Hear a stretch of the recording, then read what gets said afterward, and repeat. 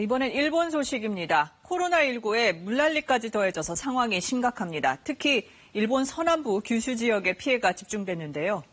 KBS 도쿄 특파원이 국내 언론사 가운데 유일하게 최대 피해 지역인 구마모토현 히토요시에 들어갔습니다. 특파원 불러보겠습니다. 황현태 특파원, 이 두 편의 차량이 뒤집혀 있네요. 네, 지금 제가 있는 곳이 폭우로 범람했던 구마가와 바로 옆입니다. 보시다시피 차량 여러 대가 뒤집히거나 어지럽게 널려 있는데요. 이번 폭우로 현재까지 사망자 59명을 포함해 모두 81명의 인명피해가 났습니다. 특히 제가 있는 히토요시는 한 달치 비가 하루 만에 쏟아지면서 가장 많은 18명이 숨졌습니다. 구마모토 대학 조사에서 이곳의 시가지 침수 무려 4.3m였는데요. 50여 년 전인 1965년 2.1m의 2배가 넘는 역대 최대치였습니다.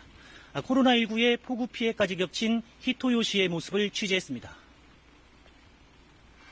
일본 구마모토현 남부를 흐르는 구마가와 기록적인 폭우에 지난 4일부터 모두 11곳이 범람해 마을 1000헥타르를 집어삼켰습니다. 폭삭 주저앉은 인근 민가들이 당시의 처참함을 말해줍니다. もしダムが放流してたらもう3人とも命なかったと思います。もうギリギリまで来てて。 물살에 밀린 차량들이 며칠째 연못에 처박혀 있고 1200년을 넘긴 일본의 국보 아오이 신사도 수마를 피하지 못했습니다. 잠시 비가 멈춘 사이 복구가 시작됐지만 어디서부터 손을 대야 할지 모두가 망연자실입니다. 거리는 전쟁을 치른 듯 순식간에 폐허로 변했습니다. 인근의 제방이 무너지면서 이렇게 마을 전체가 물에 잠겼습니다. 집 안으로 들어가 봤습니다.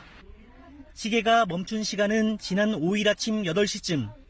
피난 지시가 내려지고 불과 2시간여 만에 1층 전체가 물에 잠겼다는 얘기입니다. 일요일 새벽 시간대라 피해가 클 수밖에 없었습니다. 避難するときにもうあっという間に階段を水が上がってきたというわけですよね。ですから凄まじい量だったと思います。 피난민만 무려 140만 명. 이젠 코로나19 감염 확대마저 비상입니다. それも4人千番し、ダブルパンチば心配だな. 탁구장 칸막이를 동원해 이른바 거리두기를 시행 중인 피난소. 평소 1000명 정도의 이재민을 수용하던 이 피난소도 코로나19 방지 대책을 위해 지금은 3분의 1, 300명 수준으로 줄였습니다. 매일 이재민들의 체온을 재고 마스크도 한 장씩 나눠주지만 모두가 처음 겪는 일에 우왕좌왕입니다. この暑さの中で熱中症対応とかいうところとですね、その辺の対応が大変なところではあります. 일본 기상청은 구마모토를 포함한 피해 지역에 내일까지 최고 400mm가 넘는 비가 더 올 것으로 내다봤습니다. 네, 황 특파원, 그런데 일본은 방제 대국이라고 불리잖아요. 왜 이렇게 피해가 컸던 겁니까? 네, 앞서 리포트에도 언급됐지만 일요일 새벽 시간대 피난 지시가 내려져서 이게 잘 전달되지 않은 측면이 있습니다. 일본 기상청 역시 가늘고 긴 강수대가 연달아 생겨서 예측이 어려웠다는 입장을 밝혔는데요. 하지만 좀 더 근원적인 문제가 있습니다. 일본의 경우 2011년 동일본 대지진 이후에 재난 대비가 지진과 쓰나미에 맞춰진 측면이 있습니다. 그런데 해마다 전례를 찾기 힘든 물난리 피해가 이어지자 그동안 지진에 대비해 왔는데 이제 보니 홍수가 문제였다, 이런 말까지 나오는 상황입니다.